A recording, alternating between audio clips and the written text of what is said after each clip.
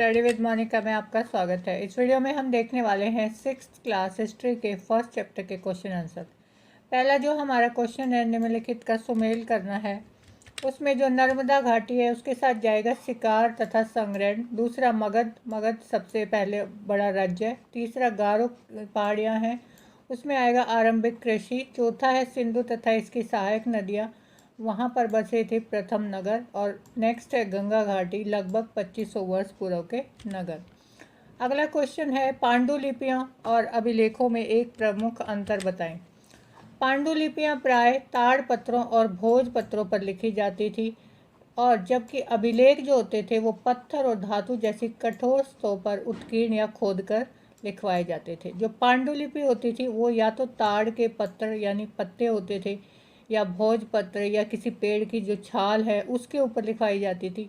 ये जो आप इमेज देख रहे हो, ये पांडुलिपि की इमेज है, ये किसी पत्ते के ऊपर लिखी गई है। लेकिन जो पांडुलिपियाँ हैं वो समय के साथ नष्ट भी हो जाती थी, जो पत्ते हैं वो समय के साथ नष्ट हो जाते हैं। इन दोनों में ये फ़र्क है। लेकिन अभिलेख जो है वो किसी कठोर पत्थर, धातु या सतह पर खुदवाए जाते हैं। जैसे आप यहाँ पर इमेज में देख सकते हो, ये किसी लोहे के स्तंभ पर खुदवाया गया है। इसी तरह से या पत्थर के ऊपर खुदवाए जाते थे। जो राजा होते थे वो अपने कोई भी अपने आदेश देते थे प्रजा को, वो सब यहाँ पर लिखवाते थे, खुदवाते थे। तो जो अभिलेख होते हैं वो ज़्यादा लंबे समय तक सुरक्षित रहते हैं, क्योंकि जब किसी कठोर धातु या पत्थर पर खुदवाया जाता है तो वो ज़्यादा समय तक जो है सुरक्षित रहता है। जबकि पांडुलिपियाँ हैं जो वो समय के साथ नष्ट हो जाती हैं, कई बार कीड़े मकोड़ों के द्वारा भी उनको खा लिया जाता है। अगला हमारा क्वेश्चन है, रसीदा के प्रश्न को फिर से पढ़ो, क्या इसके क्या उत्तर हो सकते हैं। रसीदा का प्रश्न क्या था? रसीदा न्यूज़पेपर पढ़ रही थी, तो वो पढ़ती है कि 100 साल पहले।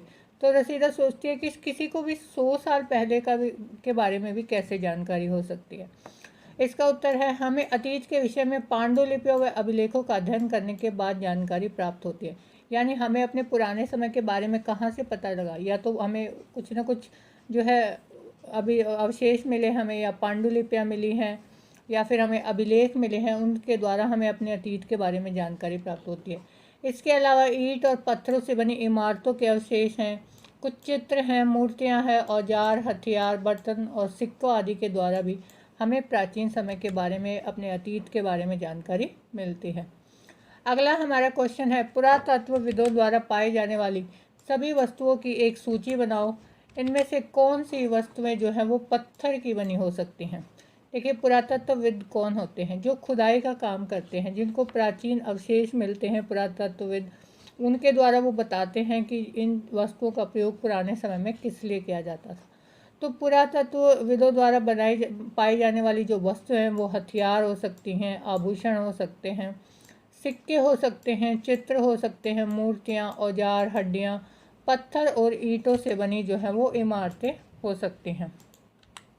लेकिन जो पत्थर से बनी चीज़ें होंगी इसमें वो क्या होंगी? इमारतें होंगी। औजार पत्थर के द्वारा बनाए जा सकते हैं, मूर्तियाँ बनाई जाती थी, और हथियार जो है वो बनाए जाते थे पत्थर से।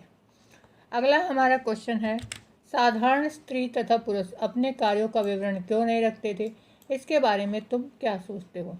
देखो, हमें जो अभिलेख मिले हैं वो किसके द्वारा लिखवाए गए हैं? वो ज़्यादातर राजाओं, शासकों के द्वारा लिखवाए गए हैं। हमें कोई भी अभिलेख ऐसा नहीं मिला जिससे हमें वहाँ की आम जनता के बारे में पता लगे कि ये आम जनता ने जो है ये अभिलेख लिखवाए हैं। तो इसका मतलब वो अपने कार्यों का जो है विवरण, लेखा जोखा नहीं रखते थे। जबकि जो राजा और नवाब होते थे, जो शासक होते थे, वो अपने कार्यों का लेखा जोखा रखते थे। वो अभिलेखों में, पांडुलिपियों में इस तरह की चीज़ें, अपने आदेश हैं वो लिखवाते रहते थे। तो साधारण स्त्री और पुरुष अपने कार्यों का विवरण नहीं रखते थे। इसके निम्नलिखित कारण हो सकते हैं। पहला क्या है कि हो सकता है वो पढ़े लिखे ना हो, कि भाई वो ज़्यादा जो आम जनता थी, आम लोग थे, स्त्री पुरुष, वो पढ़े लिखे ना हो, इसलिए उन्होंने ना रखा हो अपना विवरण।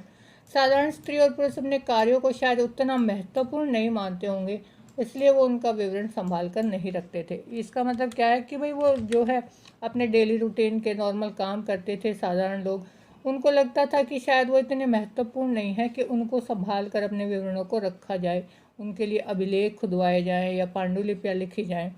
यह भी संभव है कि वो गरीब हों और उत्कीर्ण करवाने का कार्य जो है वो खर्चीला होता है, तो उसके उनके पास इतना धन ही ना हो कि वो अपना विवरण रख सके। यानी जो राजा शासक होता है उसके पास तो खूब धन होता है, खूब पैसा होता है।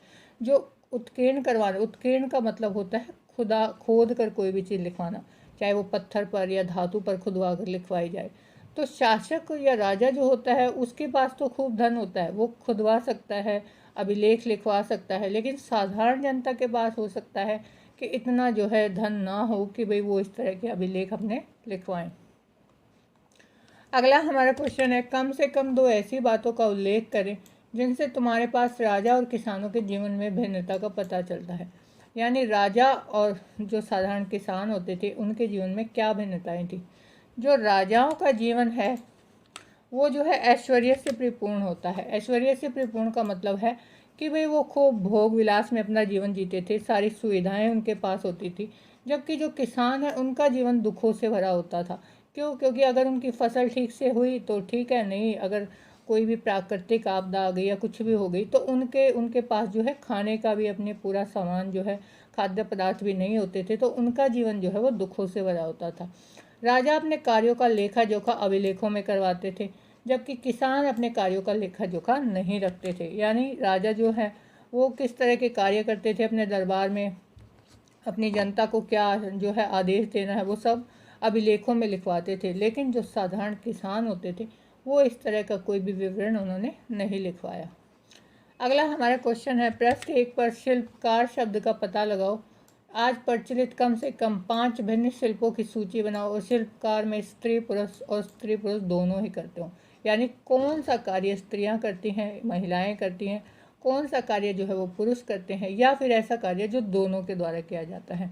तो हस्तशिल्प यानी हाथ से बनाई जाने वाली जो चीज़ें, उसमें खिलौने हो सकते हैं, बर्तन हो सकते हैं, कुछ भी हो सकता है, तो वो स्त्री और पुरुष दोनों करते हैं उसको।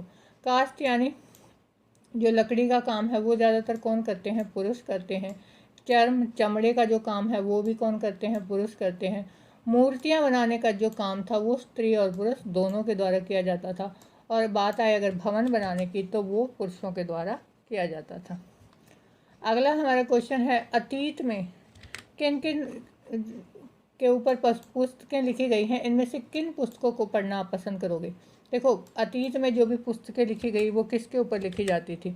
या तो राजाओं के जीवन पर, जो राजा होते थे वो अपने दरबार में जो है लेखन कार्य का काम होता था, उनके दरबार में उनके जीवन के ऊपर जो है लिखे जाते थे पुस्तकें। दूसरा है औषधियों और विज्ञान के ऊपर पुस्तकें लिखी गई हैं। तीसरा धार्मिक मान्यताओं के ऊपर।